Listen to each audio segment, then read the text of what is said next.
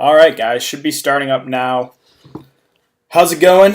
Obviously here to talk about Thursday Night Football Showdown slate. We got Titans Colts. It's supposed not super excited about this one, honestly. There's at least like for the Colts. All right, guys, should be starting up now. I got it. How's it going? Close that. I always forget sometimes I have that open, so you'll hear an echo for a sec. Sorry about that, guys.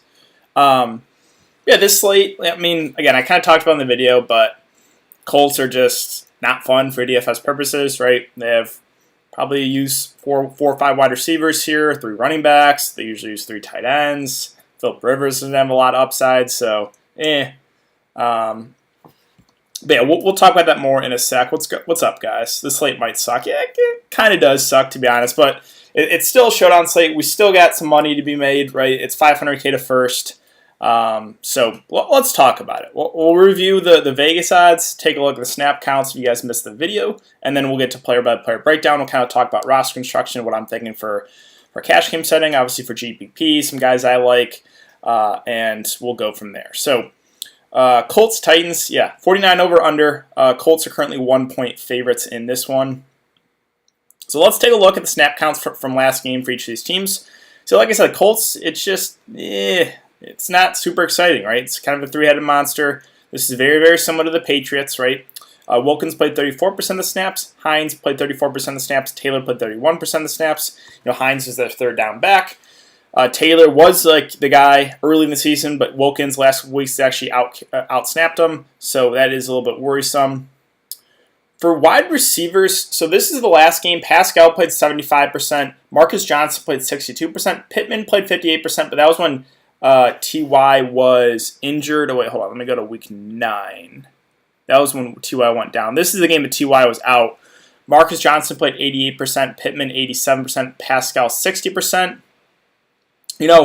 From what I've heard, it sounds like people think Marcus Johnson will probably be the odd one out and play the least snaps. I don't know if that's necessarily a guarantee.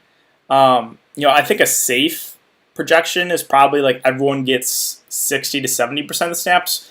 But yeah, I guess if I had to pick one that like loses a lot, maybe it is Marcus Johnson. We'll see, right? We don't really know. We haven't really seen all 4 of these wide receivers healthy at once. So we don't have like a really good idea, right? We can go back to, it was week 6 when T.Y. was fully healthy, but then Pittman was not there. So what are the snaps going to be? Again, it sounds like people think Marcus Johnson's going to be the odd one out. I don't know if that's necessarily a lock, though, for him to be kind of put out of the rotation. Tight ends for the Colts. So we do have Jack Doyle out, so that does help some things a little bit, right? Mo Cox played 51% of the snaps. Burton played 43%. I would think both those snap counts go up for both Mo Cox and Burton, maybe to around 60 to 70% each. The Colts do like running 2 tight end sets a lot, and we've seen they like going to the tight ends. Trey Burton's a guy they will utilize in the red zone, right? He's a wildcat a couple times. He's ran one in, so that does raise his floor a little bit.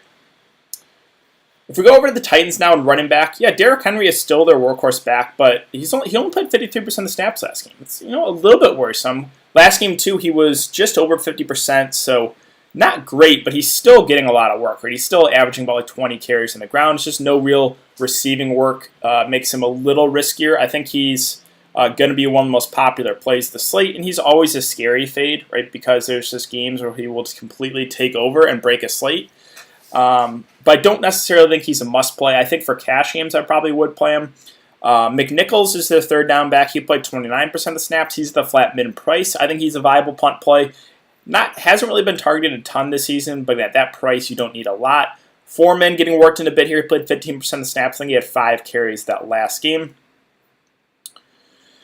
Wide receivers for the Titans. So A.J. Brown played 82% of the snaps. Corey Davis played 78% of the snaps. We do have Adam Humphries out. He is normally their slot number 3 wide receiver. With him out, I expect kind of a combination of Raymond and Batson.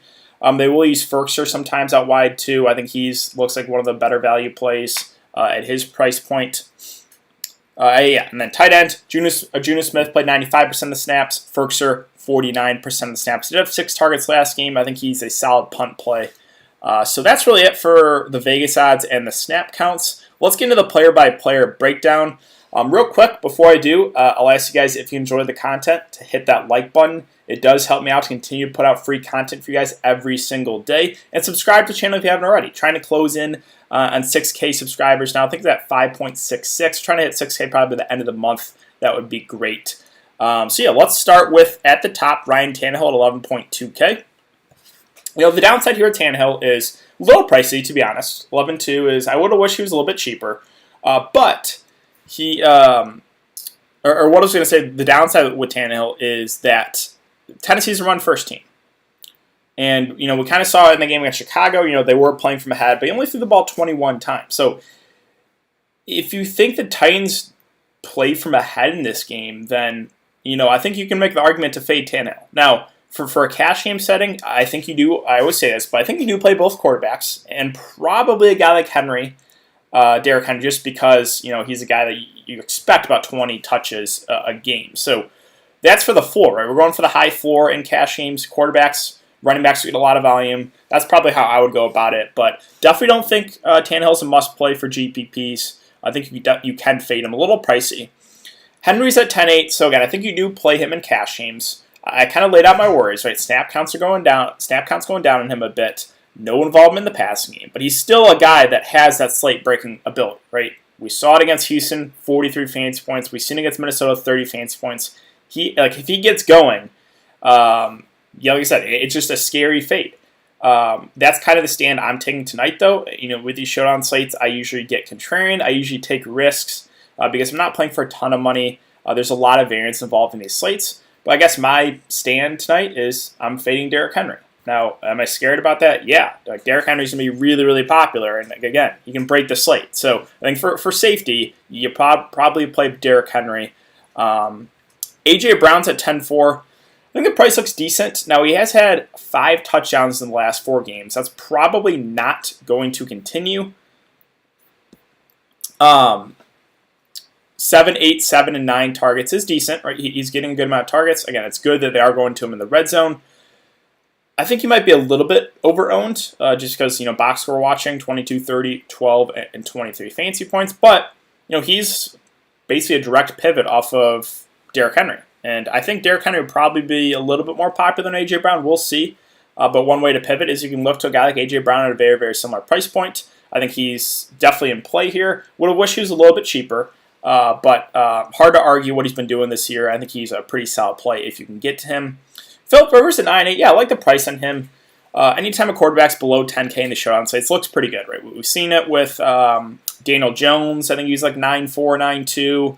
He was low-owned. We saw Flacco at like 9K. He was pretty low-owned. I think Philip Rivers will be a little bit higher owned, but don't think he's going to be super, super popular. I like the floor with him. I know he's had 2 of the last 4 games below 10 fantasy points, but it's a little bit better matchup for the Colts than it is the Titans. And he does have T.Y. Hilton back. So, yeah, I think Philip Rivers is a safe play at this price. Again, I don't think he's a must-play. I don't really think there's anyone on the slate that is a must-play. But I think he is, like Tannehill, like Derrick Henry, probably one of the safer plays. So, yeah, I think Rivers is a good option if you can get to him. Now, talking about roster construction with the quarterbacks, again, cash games, I do think you play both. For GPPs, I think you can make the argument to fade one. Could you fade both on this slate? Probably not, just because it's, the over-under is going up, right? It's 49, so I do expect some points to be scored in this one. So I'd probably play at least one quarterback in your lineups tonight. I don't think I would fade both. Jonathan Taylor's at 8.8. Yeah, it just right now he's a contrarian player. He reminds me of Damian Harris on the Monday night slate. Who Damian Harris got to like 35% owned. I thought that was way too much.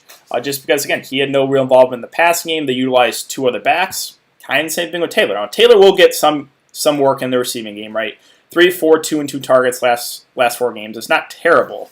And we know Philip Rivers does like going to the running back, but if it's just a 3-way split, I'll take the cheapest, right? And I think Wilkins or Hines are definitely going to be more popular. Not saying Taylor's out of play, right? There is definitely a way where Taylor is in the optimal lineup. I just think at this price, he's a little bit more contrarian. Like if I knew Jonathan Taylor was going to be, I don't know, below 10% owned, then I would like him a lot more. But I still think people will get to him at this price. I just think right now it's just a little bit too pricey for me to really get super excited about that. Corey Davis and Juju Smith are at interesting price points, kind of in the mid-range. I think they're just at trickier prices, right? 7-8 is, I think he goes a little bit overlooked, but I kind of like Corey Davis tonight.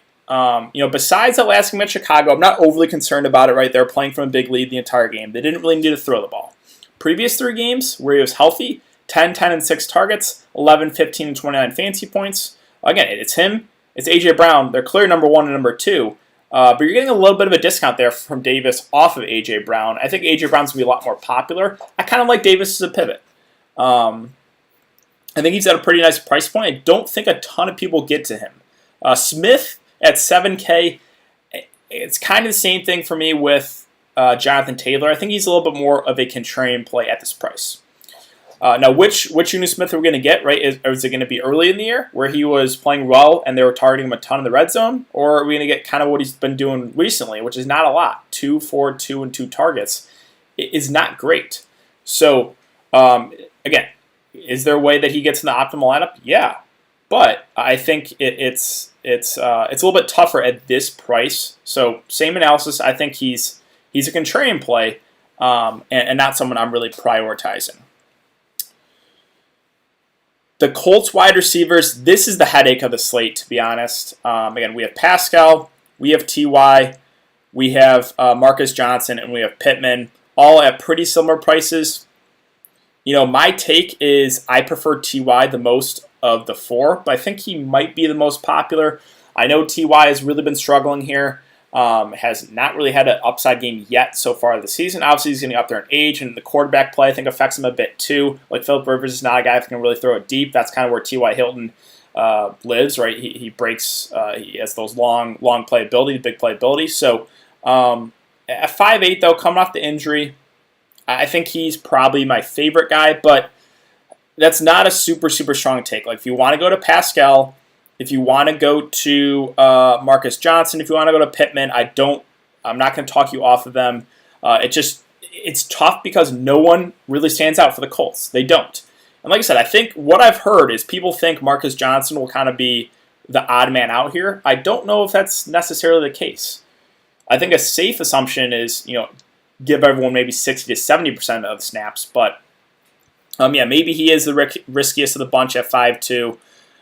Pittman's at 4'4". He's the cheapest, so maybe he's the guy that looks probably would be the guy I get to next after Ty. Pascal's at 6'4". Sure, he's the priciest of the bunch, but he's been pretty safe last 3 weeks. 7, 6, and 6 targets, 15, 7, and 10 fantasy points. Again, I wish I had a stronger take for you on these Colts wide receivers, but I don't. This is kind of one where go with your gut. It kind of feels like it's lucky, right? It's going to be hard to kind of pin down which one gets a lot of the work here. So I think all 4 are in play.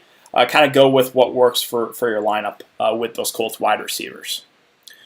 Nyheim Hines at 6'2". Again, very, very similar to a player like James White. Third down back, not going to get a lot of carries. We'll be out there for passing down situations.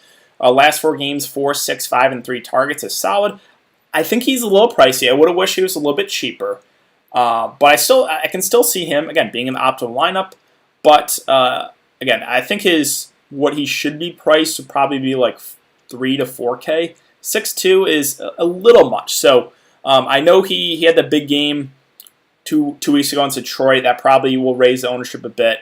I'm not, off Hines, but I'm not overly excited about him either. Again, I think he's a little pricey. So if you land on him, it's okay. But I'm not really prioritizing him either. I can kind of mention T.Y. He's the guy I'm looking to the most, the Colts receivers, but all 4, I think, are in play. Trey Burton's a 5'6" with no Jack Doyle. I like him a decent amount here.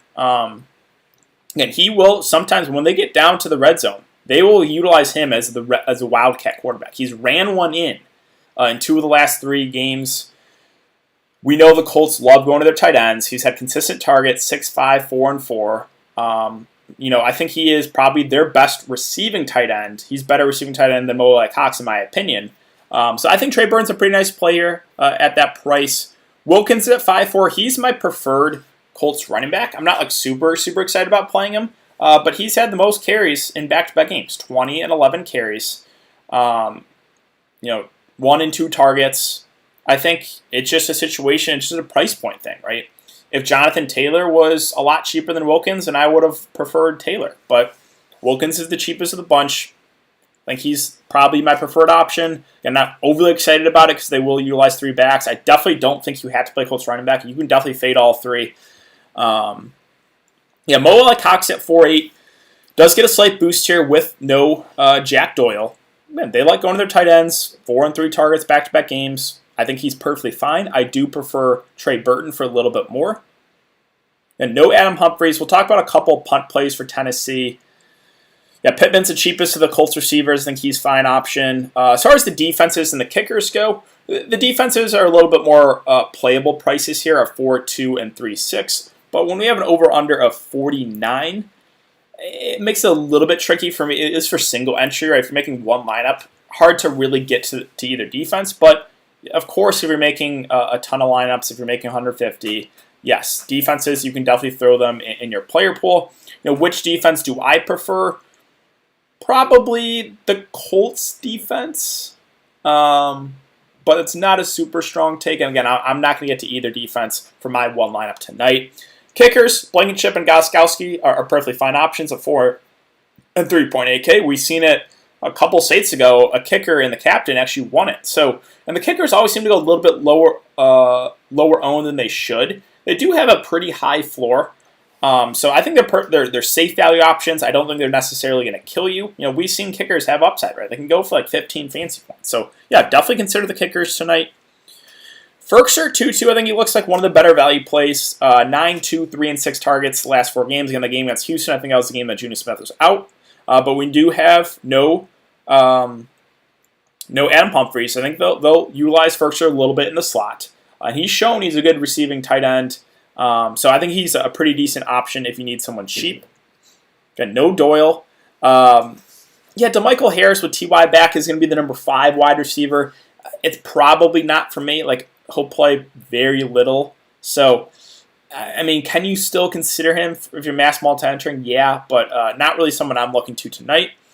Now, the number 3 wide receiver is probably a split of Raymond and Batson. Raymond's at 1K, played 25% of snaps last game. Batson played 24%. Now, that was a game they were playing from ahead. If they do fall behind, maybe they utilize their number 3 wide receiver a little bit more. Raymond's at 1K. I think Batson's at the flat min. He is.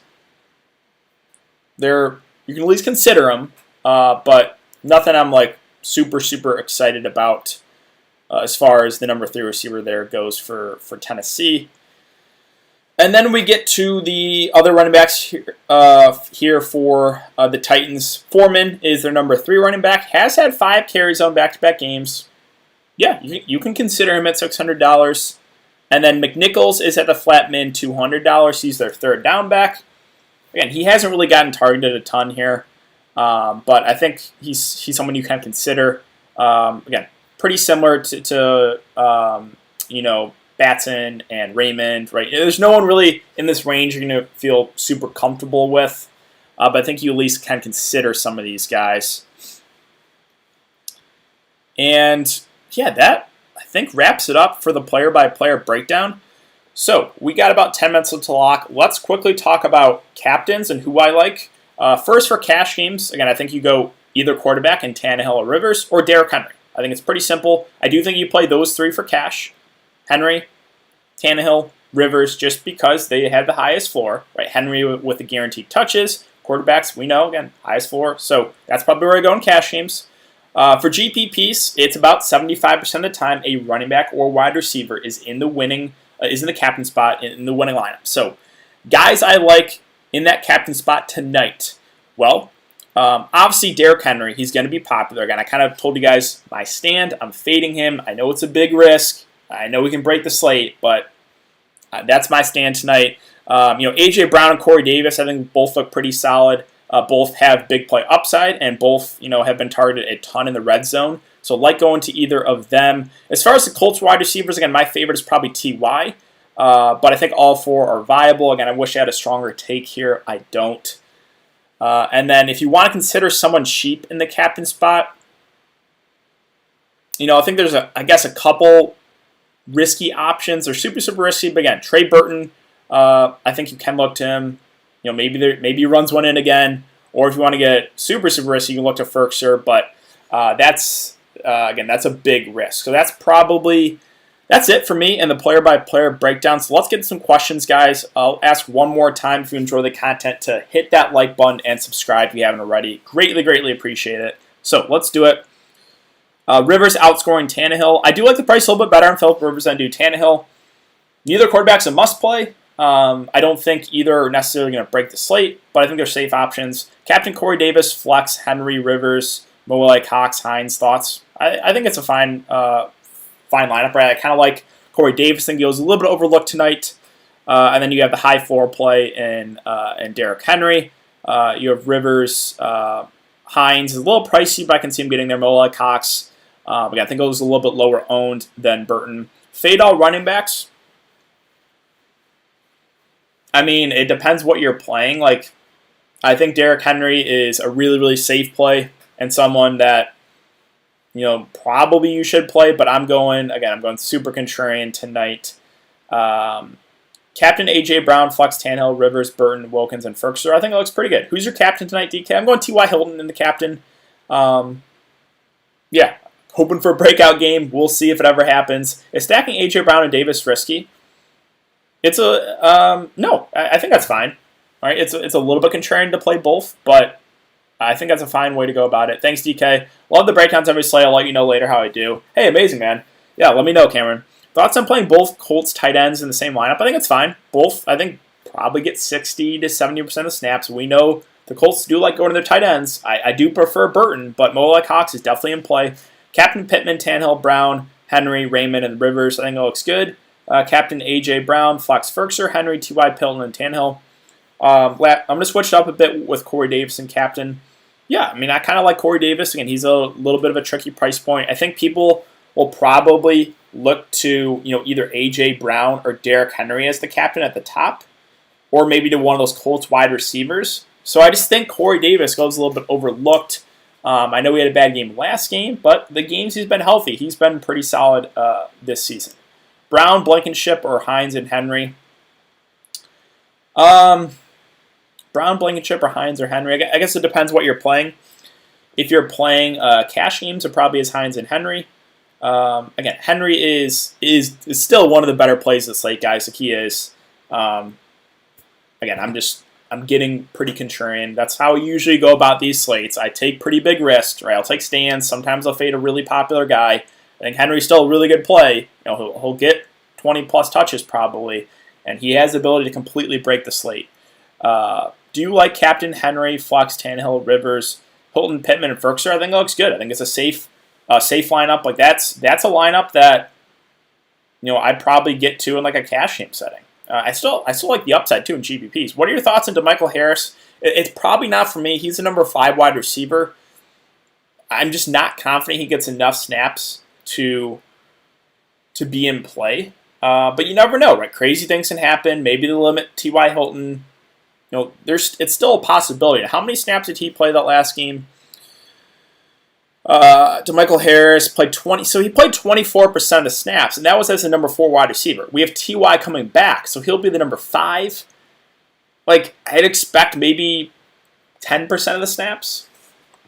DK thoughts, Captain A.J. Brown, Utility, Blankenship, Wilkins, Tannehill, Davis, and Burton. I like it. Captain T.Y. Hilton, A.J. Brown, Derrick Henry, Trey Burton, Michael Pittman, and Rivers. I think it looks really good. Is Khalif Raymond playable? Yes, he's playable. He's just a little risky, right? No one really below Ferkser I don't think you can feel comfortable with. Now, there are some guys, right? You have Raymond, you have Batson, you have the other running backs for Tennessee. All playable. Captain Davis, Utility, Cox, Henry, Burton, Hilton, and Rivers. I like it. I think there's a good chance Rivers outscores Tannehill. I guess it kind of depends how the game goes. Like, if the Titans get off to an early lead, then yes, I think Rivers outscores Tannehill. Again, both teams do like running the ball, so I like the price a little bit better in Philip Rivers than I do Tannehill, but I'm not super excited about playing either quarterback. Like, neither has a ton of upside. I think Ty, but I think Ty is finally having the breakout game. I do too. Again, I'm playing him the captain. We'll see how it goes. Captain Hilton with Henry, Tannehill, Pascal, Ferguson, and Brown. Ty or Wilkins in the flex. I think Wilkins for cash, Ty for GPPs. But I do like the upside more in Ty Hilton if you can get him. It just depends what you're playing there. Captain Ty, flex Tannehill, Brown, Rivers, Juno, and Ferguson. Looks good. Like, Juno's a little bit of a contrarian play, but do we get what he's been earlier in the year? Because he was really, really good early in the year. Juno Smith. I forget how you pronounce it. Janu. What about Gostkowski in my stack? Yeah, both kickers are playable. I think they always go a little bit overlooked, but we've seen some upset games from kickers. Kicker and the captain won it, I think, two slates ago. Who's the GPP captain that you're running? T.Y. Hilton is who I'm going with. Davis or Juno? I like Davis better than Juno Smith. Just because he's getting targeted more. I like Davis a little bit more than I do Juno Smith.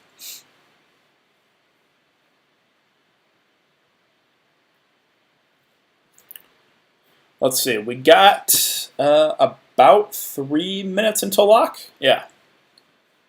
So hit me up with any other questions you guys got. Be happy to answer them. I think we hit over 200 viewers again for the Showdown slate, so I thank you guys again for coming out. Fire down Brown in the captain spot. Michigan is a dumpster fire, man. Tough because I got so excited after the first game too, but it's always kind of how it goes with Michigan football. How does this look, DK? Captain Henry, utility, Philip Rivers, A.J. Brown, Hines, Ferguson, and Pittman. I think it looks good. I don't have a strong opposition to that. This, honestly, guys, like, this Showdown slate is not great.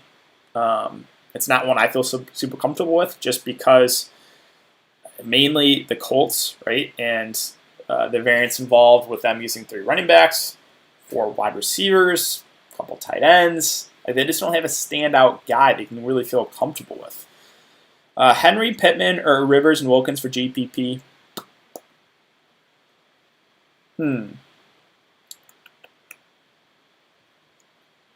I think it's still Henry and Pittman. In the flex, do you like Smith or Wilkins? I think I prefer the discounted Wilkins to Juno Smith. Favorite value depends what you consider value.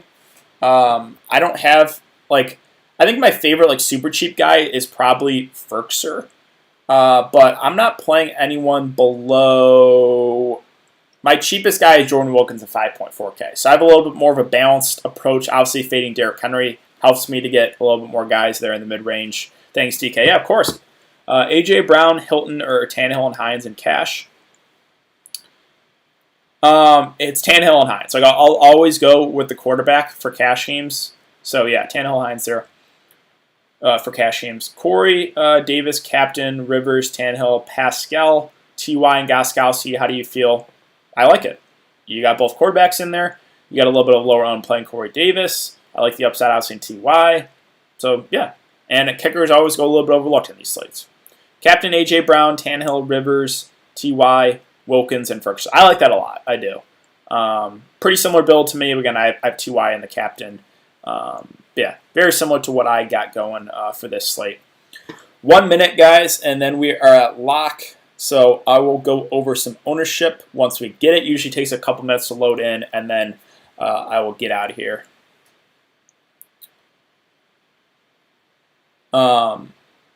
Final look video for Week 10's main slate. I will have that up tomorrow. Be on the lookout for that. Super excited about the slate, the main slate for Sunday. We'll go over that in my final look video, which will be up tomorrow. Why Burton over Allie Cox?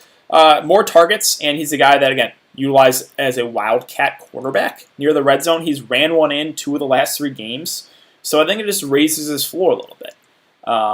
Both are playable, and there's still way more like Cox outscores Burton, but I feel a little bit safer with Burton for a little bit more. You're the man, DK. Thanks for always answering everyone's questions. Appreciate you. Of course. Always try to get to everyone's questions. I apologize if I miss one, but I do try to answer everyone's questions.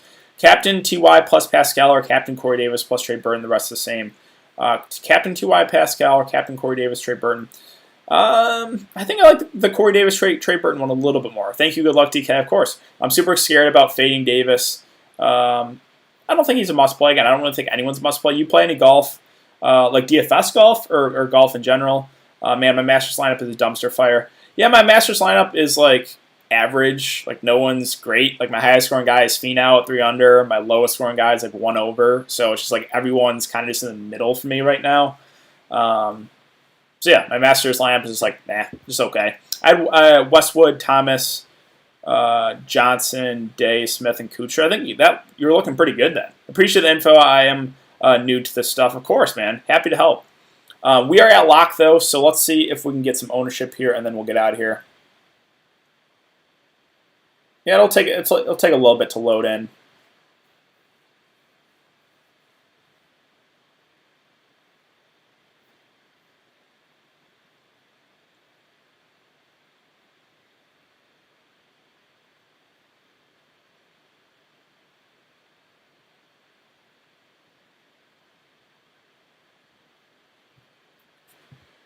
All right, so we can go over my lineup.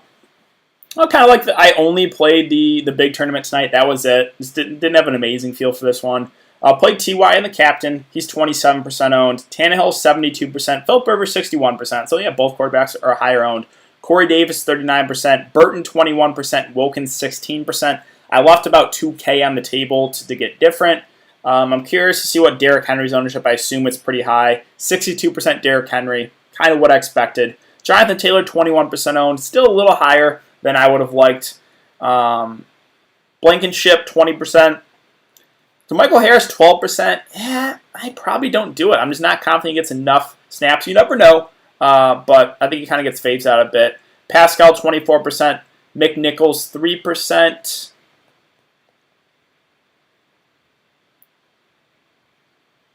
Let's see, what else do we got here? Ferks are coming in at 23%. Titans D, 11%.